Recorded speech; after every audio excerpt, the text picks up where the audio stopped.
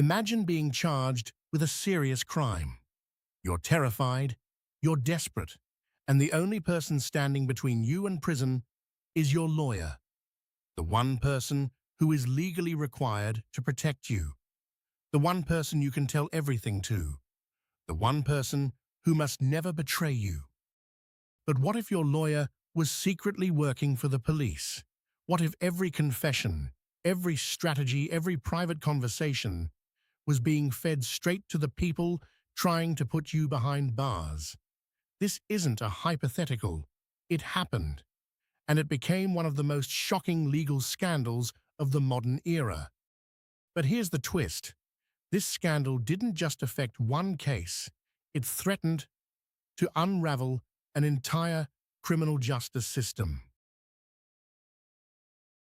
Before we dive into the story, you need to understand one rule, a rule so fundamental that courts around the world treat it as sacred: lawyer-client confidentiality. It exists in almost every legal system: Australia, the UK, Hong Kong, Canada, Singapore, New Zealand, Europe, and most Commonwealth countries.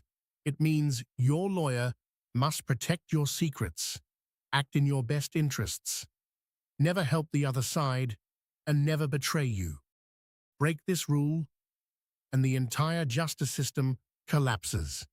Most people assume this principle is obvious, and they're right, which is why what happened next shocked the legal world. Her name was Nicola Gobbo, a criminal defense barrister, highly intelligent, highly connected, representing some of the most dangerous and high-profile clients in the country. But behind closed doors, she was also something else: a registered police informant. If you're thinking, wait, a defense lawyer working for the police? You're not alone. When the story first broke, many lawyers refused to believe it, because this wasn't just unethical, it was unthinkable. A defense lawyer secretly helping the prosecution is like a surgeon secretly poisoning their patient. It violates the core of the profession. And yet, it happened. She allegedly provided confidential admissions, legal advice she had given, defense strategies, intelligence about criminal networks, and information that helped police build cases against her own clients. This wasn't a small breach. This was a systemic betrayal. And here's where things get worse. The police didn't just accept her information. They encouraged it. They registered her as an informant. They used her intelligence. They built cases around it, all while knowing she was a defense lawyer, and failed to disclose her role to the courts. When the truth finally came out, the High Court of Australia issued one of the most scathing judgments in modern legal history. They described the conduct of both the lawyer and the police as reprehensible and debased fundamental premises of the criminal justice system. That is judicial language for this is catastrophic. Because when the highest court says a conviction is unsafe, it doesn't just affect one case. It affects every case touched by that lawyer. And that's exactly what happened. Once the scandal was exposed, the consequences spread like wildfire. Dozens of convicted criminals, including some of the most notorious figures in the country, suddenly had a lifeline, a new argument. My lawyer betrayed me. My trial wasn't fair. My conviction should be overturned. And here's the part most people don't realize. They were right. Because under universal legal principles, if your lawyer is secretly helping the other side, the trial is no longer fair, no matter what you did. And here's what actually happened. Several convictions were overturned, including high-profile murder and drug trafficking cases, because courts ruled that the betrayal made the original trials fundamentally unfair. Others are still being reviewed, and some may never be retried because the evidence used at the time is now considered tainted. But the key point is this. Once a lawyer acts for the police, every conviction they touched becomes legally unstable. It doesn't matter whether the accused was guilty or innocent. The process itself was corrupted. Now, you might be thinking, okay, but this happened in Australia. Why should I care? Because the principle at the heart of this scandal is universal. In almost every legal system, the UK, Hong Kong, Canada, Singapore, New Zealand, Europe, a lawyer acting against their client is considered one of the most serious breaches imaginable.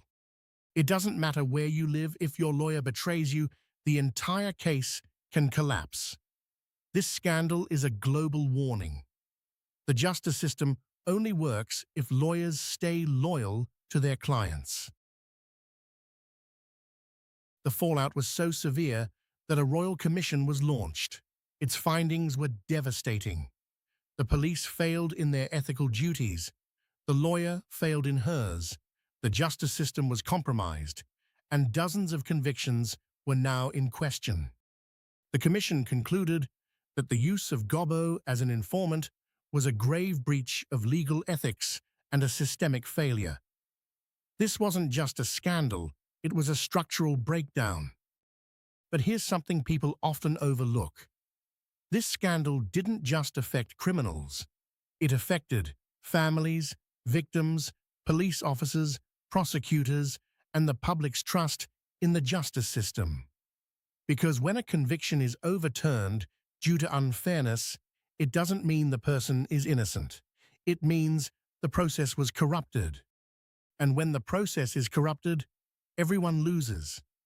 Victims lose closure, the public loses confidence, and the justice system loses legitimacy. The Lawyer X scandal isn't just about one lawyer, or one police force, or one country. It's about a universal truth. A justice system cannot function if lawyers betray their clients.